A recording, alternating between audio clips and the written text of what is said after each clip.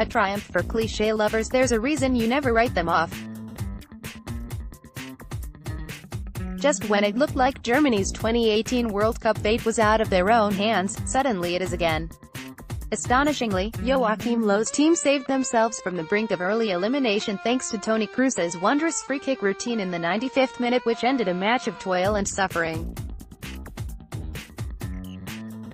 Ola Toivonen had given Sweden a stunning halftime lead with a glorious chip to match the occasion, but Marco Reus leveled things up 2 minutes and 30 seconds into the second half. It still didn't look like it would be enough, especially not when the hapless Jerome Boateng was sent off with the second half wearing on. But then came Kroos's time to shine, the same Kroos who endured a torrid first game against Mexico. The same Kroos who gifted possession to Sweden for their opening goal in Sochi. This was the Kroos who was so exceptional in 2014 as Germany became world champions. The Kroos who fired home from a ludicrous angle to give Germany 3 points. That means they're not sweating on a Mexico-Sweden draw in the final game. Low did everything he could to stop this from going the same way as that Mexico defeat. Mesut Ozil and Sami Khedira were dropped for Marco Reus and Sebastian Rudy. Jonas Hector returned from illness in place of Marvin Plattenhardt, while one enforced change saw Antonio Rudiger coming in for Mats Hummels, but this was another out-of-sorts performance, luckily for them, just not one out-of-sorts performance too many. Eden and Ram run riot the game that England could have had against Tunisia? Quite possibly.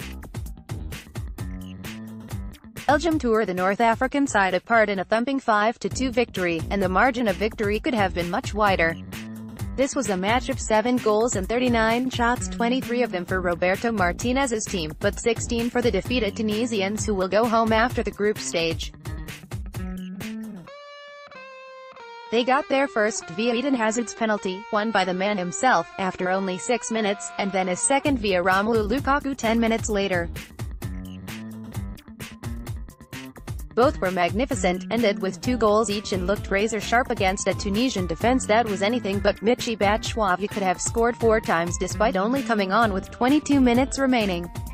After 3 big misses and an apparent curse, he finally rounded off Belgium's scoring in the 90th minute. This, then, was Belgium's mighty arsenal of attacking talent coming together and demolishing an opposition side at this World Cup, as it did in the second half against Panama, when they scored 3 times.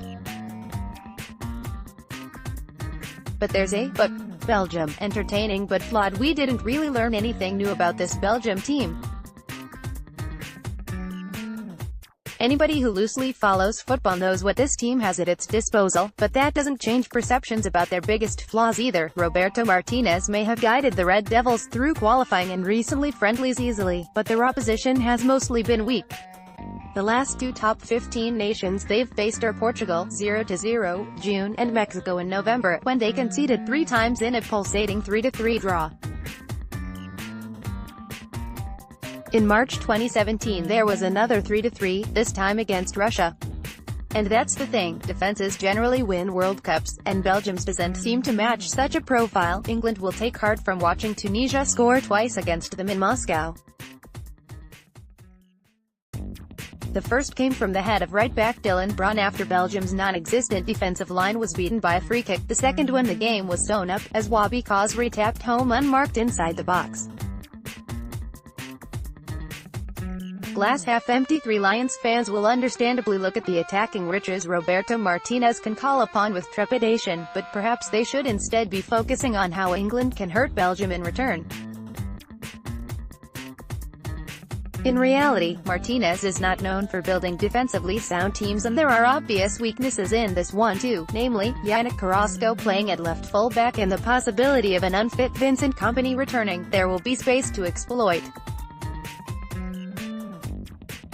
2 sides to Chucky. Irving Lozano was a common pre-tournament pick for players to watch at this tournament, including from FFT, we should say, off the back of a thrilling 17-goal debut season for PSV. The 22-year-old's live-wire, match-winning display against Germany in Mexico's opening game justified the hype, and against South Korea in El Tri's 2-1 win he showed again why he's one of world football's most talked about young players, but perhaps also why expectations should be tempered at the same time. His most decisive contribution in the first half actually came in his own penalty area, when he hurtled back to deny Li Hong an almost certain goal with a heroic block. That preceded a string of haphazard finishes and the odd lost ball at the other end, but he plowed on and looked a huge threat on the break for Mexico, never more so than when he drove forward from deep, hurdled a challenge and fed Javier Hernandez for the killer goal. So far, so good. Martinez to make changes. Then again, England's final game against Belgium could be a very strange and unpredictable one indeed. Post-match, Red Devils boss Martinez was quite clear in declaring that he will make major changes against the Three Lions, having already qualified. If we could have 7 days to prepare for that game and then another 7 days before the following game, then we would start with the same starting 11, he said. Lukaku could have possible ligament damage. Hazard picked up a calf issue and Dries Mertens sustained an ankle knack. At this point it's not clear how bad each of those injuries is, but players are unlikely to be risked regardless. Should England beat Panama as expected, their match will effectively be something of a free hit and, cynically, the loser may well end up with an easier pathway to the final. Gareth Southgate will likely share Martinez's viewpoint and rotate. It's good for fitness, but also good for morale to use your 23-man squad as unused substitute throughout 2002 and for half of England's matches at France '98. He will know that better than anyone. Russia makes for penalty paradise. Mexico's penalty was the 14th awarded at this World Cup, which has already won more than in 2014. A spot kick has been given in 13 of 29 matches at Russia 2018, 45%, in fact, when no tournament since 1966 had ever seen penalties in more than 29% of matches, in 1978.